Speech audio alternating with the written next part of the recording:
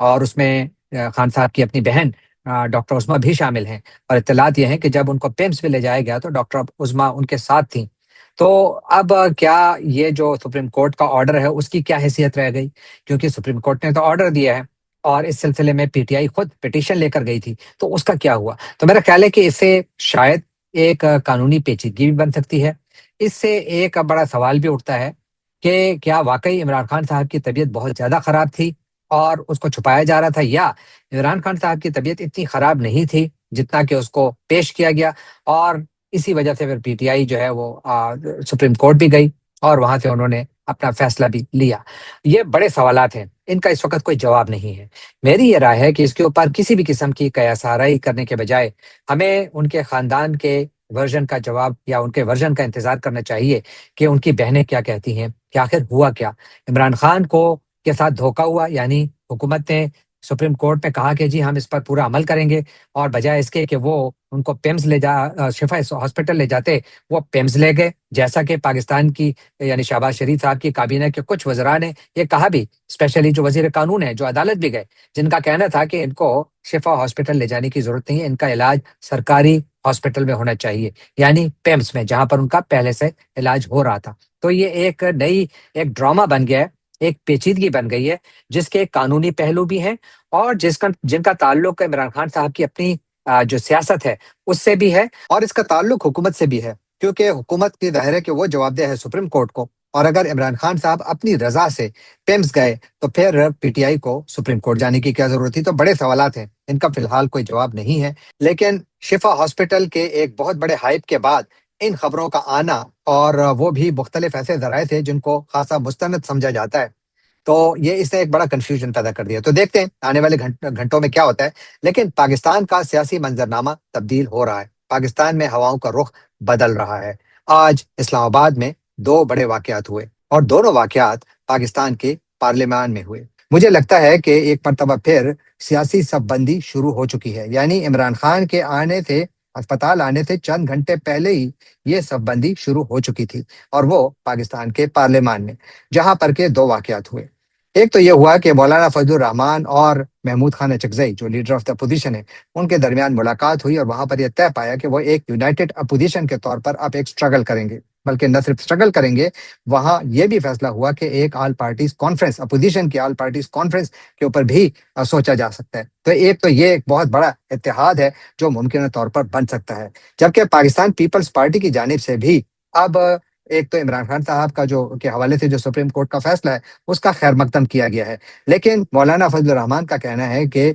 Peoples party کا اس اتحاد میں، یعنی اپوزیشن کا جو ایک یونائٹڈ فرنٹ بن رہا ہے، اس میں ان کی شمولیت کا امکان کم اس لیے ہے کہ وہ اس وقت حکومت کا حصہ ہیں۔ اب دیکھتے یہ ہیں کہ آنے والے دنوں میں پیپلز پارٹی کروٹ بدلتی ہے، میرا خیال ہے پیپلز پارٹی کا موڈ بدل رہا ہے۔ بلاول زرداری اس وقت حکومت سے بہت زیادہ ناراض ہیں، اسپیشلی جو کچھ آزاد کشمیر میں ہوا الیکشن کے نام پر، جس طریقے سے الیکشن کو لوٹا گیا، جس طریقے سے وہاں پر ریگنگ کی گئی، اور پیپلز پارٹی کا دعویٰ ہے کہ ان سے الیکشن چھینا گیا، حالانکہ وہاں پر بنیادی طور پر الیکشن ہوا ہی نہیں، لیکن بہرحال وہ ایک علیحدہ بحث ہے۔ لیکن پیپلز پارٹی اس وقت ناراض ہے، اور دوسرا یہ کہ پیپلز پارٹی نئے صوبوں کے قیام کے بھی خلاف ہے، اسپیشلی وہ سندھ کی کسی بھی صورت میں تقسیم نہیں چاہتی۔ تو اس لیے پاکستان میں جو نئی صف بندی آ رہی ہے اس میں مجھے لگتا ہے کہ سب سے بڑا جو نقصان ہوگا وہ شاید مسلم لیگ نون کو ہوگا، کیونکہ اسٹیبلشمنٹ کی ضرورت اس وقت شاید مسلم لیگ نون پوری کرنے کی اہلیت نہ رکھتی ہو، اور اگر وہ یہ کرنے میں کامیاب ہو بھی جائے، پھر بھی جس طریقے سے اپوزیشن ایک جگہ ہو رہی ہے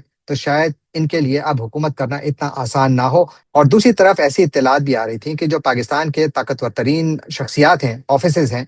وہ بھی اس وقت کی حکومت کی کارکردگی سے کچھ زیادہ خوش نہیں ہیں، اسپیشلی اکانومی کے حوالے سے۔ تو اس لیے بھی اطلاعات یہ ہیں کہ کوئی معاملات کو تبدیل کرنے کے حوالے سے، یعنی ہواؤں کا رخ بدلنے لگا۔ اور اس سلسلے میں وزیر داخلہ محسن نقوی کا وہ بیان سب کے سامنے ہے، جس میں کہ انہوں نے بنیادی طور پر اپنے ہی سسٹم کو للکارا کہ یہ سسٹم ناکام ہو چکا ہے اور اب اس کو تبدیل کرنے کی ضرورت ہے۔ تو یوں مجھے لگتا ہے کہ اسلام آباد میں تبدیلی کی لہر تو نہیں آ رہی، لیکن کچھ اشارے ضرور مل رہے ہیں۔ اور ایک اور واقعہ بھی آج پارلیمنٹ ہی میں ہوا، جہاں پر کہ ڈیفینس فورسز ایکٹ 2026 اور نیشنل کمانڈ اتھارٹی امینڈمنٹ بل 2026 ان دونوں کو منظور کیا گیا، جس کے ذریعے جو chief of the defence forces ہیں یعنی فیلڈ مارشل عاصم منیر، ان کو ان کے اختیارات میں بہت زیادہ وسیع اضافہ کیا گیا، ان کو اب بہت زیادہ طاقت مل گئی ہے، وہ تینوں فورسز میں کسی کو بھی ریٹائر کر سکتے ہیں اور پروموشنز میں بھی ان کا بہت بڑا کردار ہوگا۔ اور جو پاکستان کے نیشنل سیکیورٹی کے معاملات ہیں اس پہ ویسے بھی پاکستان کی جو آرمڈ فورسز ہے ان کا ایک بہت کلیدی کردار ہے، لیکن اب ان جو امینڈمنٹس کے بعد میرا خیال ہے کہ جو C D F Asim Munir ہیں، ان کی جو گرفت ہے پاکستان کی تینوں افواج پر، وہ شاید بہت زیادہ مضبوط ہو جائے گی۔ کیا اس کا اثر پاکستان کے سیاسی منظرنامے پر پڑے گا؟ میرا خیال ہے بالکل پڑے گا، بلکہ یہ ایک نیا ایلیمنٹ ہے جو کہ پاکستان کی پہلے سے موجود اس ہائبرڈ رجیم پر بہت زیادہ اثر انداز ہو رہا ہے، اور شاید اس کے بعد مزید ہو۔ اب سب سے بڑا سوال یہ ہے کہ جو بھی اپوزیشن کا اتحاد بنتا ہے اور اگر پی ٹی آئی اس کا حصہ بنتی ہے تو کیا عمران خان اس کے لیے تیار ہوں گے؟ یہ سب سے بڑا سوال ہے، اور فی الحال اس کا کوئی جواب نہیں ہے، کیونکہ عمران خان تھے اب تک کسی نے کچھ نہیں سنا، تو لہٰذا ان کو سنے بغیر کوئی رائے قائم کرنا یا کوئی بھی اس قسم کی افواہ سازی کا حصہ بننا میرا خیال ہے مناسب نہیں ہوگا۔ لیکن مجھے لگتا ہے کہ عمران خان کے لیے سب سے مشکل فیصلہ ہوگا، شاید ان کی سیاسی زندگی کا یہ ایک اور بہت بڑا فیصلہ ہوگا کہ اگر وہ کسی ایسے اپوزیشن اتحاد کا حصہ بنتے ہیں، ان کی پارٹی جس کے ذریعے سویلینز پر فوجی اداروں کے کنٹرول کو مزید مضبوط کیا جائے گا۔ یہ ایک بہت بڑا سوال ہے جو کہ ابھی آنے والے دنوں میں سامنے آئے گا۔ اور ساتھ کچھ پاکستان اور افغانستان کی بارڈر پر بھی معاملات ٹھیک نہیں ہیں، وہاں سے بھی اطلاعات ہیں، اسپیشلی محمد کا جو علاقہ ہے بائزائی کا، وہاں سے اطلاع ہے کہ جمعرات کے دن دونوں جانب سے یعنی پاکستان اور افغان طالبان کی جانب سے ایک دوسرے پر حملے کیے گئے۔ یہ معلوم نہیں کہ یہ حملے کیوں شروع ہوئے، لیکن وہاں پر کافی شیلنگ ہوئی ہے، کوئی وہاں پر ہلاکتوں کی یا مزید کوئی نقصانات کی اطلاعات نہیں ہیں، لیکن خوف و ہراس ضرور پھیلا۔ جبکہ افغانستان ہی سے ایک اور بڑی اطلاع یہ ہے کہ افغان طالبان نے جو پاکستانی طالبان ہیں ان کے اوپر کافی زیادہ کریک ڈاؤن شروع کیا ہوا ہے۔ کہتے ہیں کہ جو افغانستان میں کئی طالبان کے کمانڈر ہیں ان کو گرفتار کیا گیا ہے یا ان کو نظر بند کیا گیا ہے، اور ان کے اوپر بڑی زبردست قسم کی نظر رکھی جا رہی ہے۔ نہ صرف پاکستانی طالبان کو پکڑا جا رہا ہے، بلکہ ایسے افغان طالبان کو بھی پکڑا جا رہا ہے جن کے اوپر یہ شبہ ہے کہ وہ پاکستان میں جا کر دہشت گردی میں ملوث ہیں۔ تو افغان طالبان کی جانب سے جو اطلاعات آ رہی ہیں، اگر یہ درست ہیں، جو کہ افغان میڈیا بیسیکلی رپورٹ کر رہا ہے، تو میرا خیال ہے کہ یہ بہت بڑی شفٹ ہوگی افغان طالبان کی پالیسی میں ٹی ٹی پی کے حوالے سے۔ اگر ٹی ٹی پی کے اوپر افغان طالبان کی جانب سے کوئی کاری ضرب لگائی جاتی ہے اور ان کو پاکستان کے اندر بھیجا جاتا ہے تو یقیناً پاکستان میں ایک دہشت گردی کی نئی لہر آ سکتی ہے، لیکن اس کے ساتھ ساتھ شاید یہ بھی ممکن ہو کہ ان کی طاقت میں بڑی کمی بھی آ سکتی ہے، کیونکہ ان کی پناہ گاہیں اگر افغانستان میں ختم ہوں گی تو پاکستان کے لیے شاید یہ کام اتنا زیادہ مشکل نہ ہو جو اس وقت ہے، کیونکہ یہ لوگ افغانستان سے آتے ہیں، یہ پاکستان کا پرانا دعویٰ ہے کہ یہ افغانستان سے آتے ہیں، حملہ کرتے ہیں، پھر وہاں غائب ہو جاتے ہیں۔ 2600 کلومیٹر سے زیادہ لمبی بارڈر ہے، پورس ہے، اور یہاں پر سے وہ لوگ آتے جاتے رہتے ہیں، تو ان کی جو موومنٹ ہے اس کو پاکستان ابھی تک کم نہیں کر پایا۔ تو یہ بھی ایک بہت بڑی خبر ہے،